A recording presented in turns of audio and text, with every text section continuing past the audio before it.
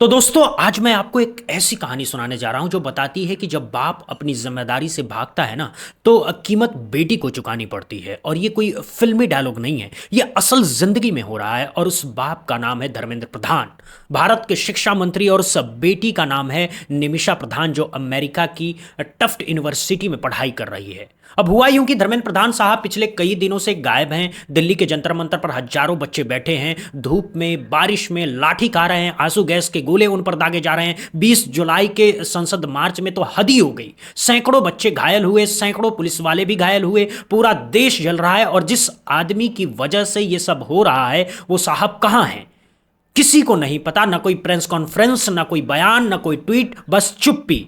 और साहब की चुप्पी इतनी गहरी है कि अब लोगों का गुस्सा उनकी बेटी तक पहुंच गया है। अब सवाल यह है कि क्या यह सही है, क्या बेटी को घसीटना जायज है? इसका जवाब मैं आपको इस पूरी वीडियो में देने की कोशिश करूंगा, लेकिन पहले पूरी कहानी समझ लीजिए। हुआ यह कि प्रधानमंत्री नरेंद्र मोदी का आखिरकार एक ट्वीट सामने आ ही गया। स्वास्थ्य मंत्री जेपी नड्डा ने भी एक प्रेस कॉन्फ्रेंस कर दी। उन्होंने कोशिश की कि किस तरह बच्चों के सवालों का जवाब दें, लेकिन जिस बंदे का इस्तीफा मांगा जा रहा है, जिस बंदे की वजह से पूरा बवाल हुआ है, यानी हमारे धर्मेंद्र प्रधान साहब, उन पर ना प्रधानमंत्री ने कुछ बोला, ना नड्डा जी ने कुछ बोला, बस चुप्पी, सामूहिक चुप्पी। मतलब पूरा मंत्रिमंडल मौन व्रत पर बैठ गया है। अब बच्चों को गुस्सा तो आएगा ही जब मंत्री सुनना बंद कर दे, जब सरकार सुनना बंद कर दे, जब हाईकोर्ट भी कह दे कि हमारे पास समय नहीं है। तो आम आदमी क्या करेगा?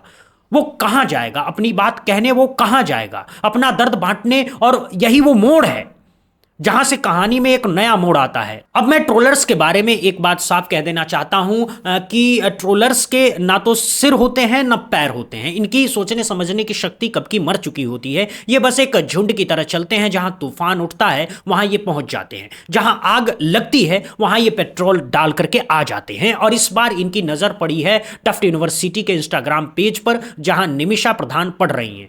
ट्रोलर्स ने उस पेज पर धावा बोल दिया है। कमेंट सेक्शन में एक ही मांग हो रही है कि निमिषा प्रधान को यूनिवर्सिटी से निकाल दो। पहली पोस्ट पर ही 11,000 से ज्यादा कमेंट्स है। 11,000 भाई, 11,000। आप सोचिए, इतने कमेंट्स को पढ़ पाना असंभव है, कवर करना असंभव है। लेकिन जितने भी कमेंट्स दिखे उनमें एक ही सुर है कि निमिषा प्रधान की एडमिशन रद्द करो। अब यहां एक बहुत बड़ा सवाल खड़ा होता है कि क्या बेटी को उसके बाप के कर्मों की सजा मिलनी चाहिए? क्या यह सही है? नैतिक तौर पर मेरा मानना है कि नहीं, यह गलत है।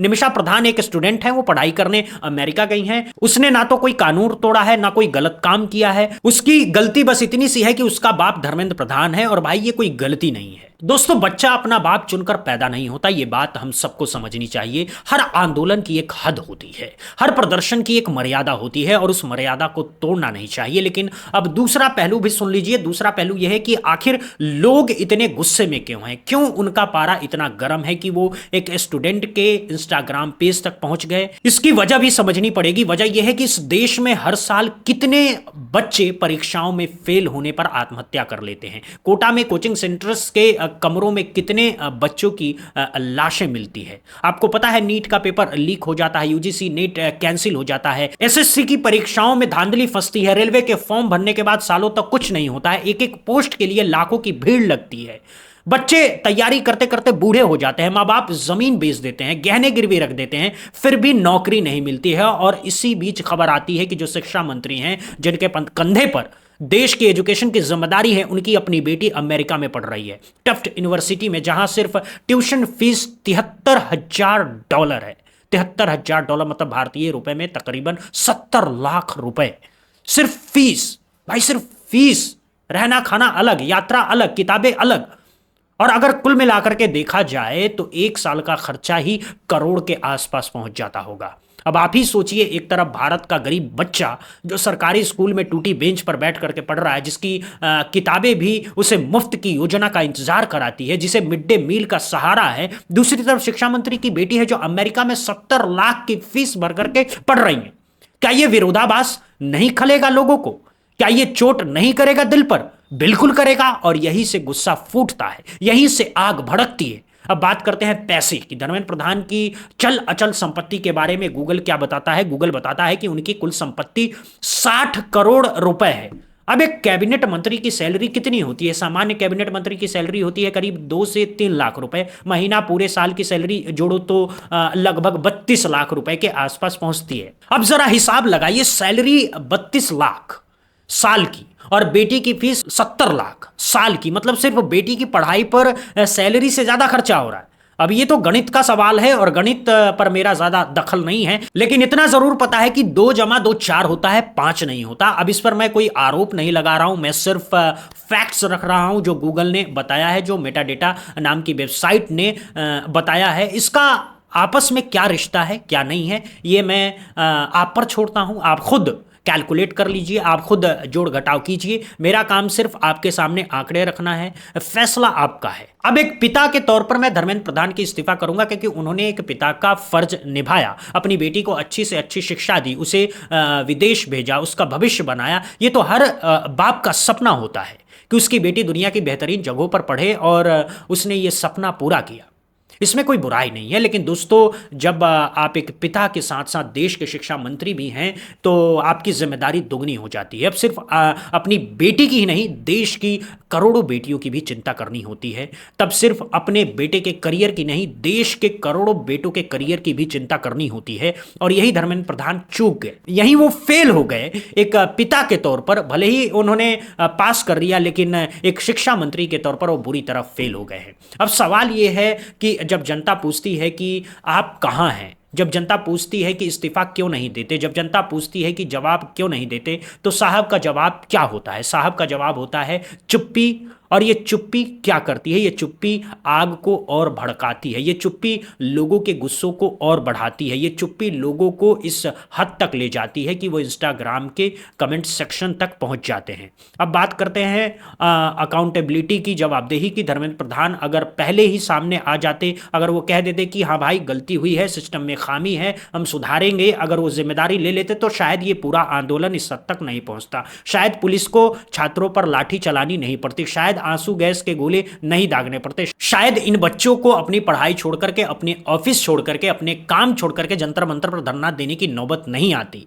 दिल्ली का ट्रैफिक भी सामान्य चल रहा होता, आम लोग भी परेशान नहीं होते। बस एक व्यक्ति की, एक अधिकारी की, एक मंत्री की जिद ने पूरे देश में हलचल मचा दी है। एक मंत्री का अहंकार, एक मंत्री का घमंड इतना भारी पड़ रहा है कि देश के हजारों बच्चे सड़कों पर हैं, और अब उसका असर उनकी अपनी बेटी पर पड़ रहा है। और ये बहुत दुखद है दोस्तों, बहुत ही दुखद है कि एक निर्दोष लड़की को उसके बाप की गलतियों की सजा मिल रही है। वो लड़की जो अपनी पढ़ाई कर रही है, वो लड़की जो शायद अपने भविष्य के सपने बुन रही है, वो लड़की जिसे शायद इस पूरे विवाद से कुछ लेना देना नहीं है, उसे इंस्टाग्राम पर ट्रोल किया जा रहा है, उसकी यूनिवर्सिटी से उसे निकालने की मांग की जा रही है। ये गलत है, ये बिल्कुल गलत है। लेकिन जब सिस्टम बंद हो जाए, जब सारे दरवाजे बंद हो जाए, जब कहीं कोई सुनाई न दे, तो लोग यही करते हैं, जहां दरवाजा खुला मिले वहां घुस जाते हैं। और अभी टफ्ट यूनिवर्सिटी का इंस्टाग्राम पेज ही एक ऐसा दरवाजा बचा है जो खुला है, इसीलिए वहां भीड़ है, वहां शोर है, वहां कमेंट्स की बाढ़ है। अब यहां एक और बहुत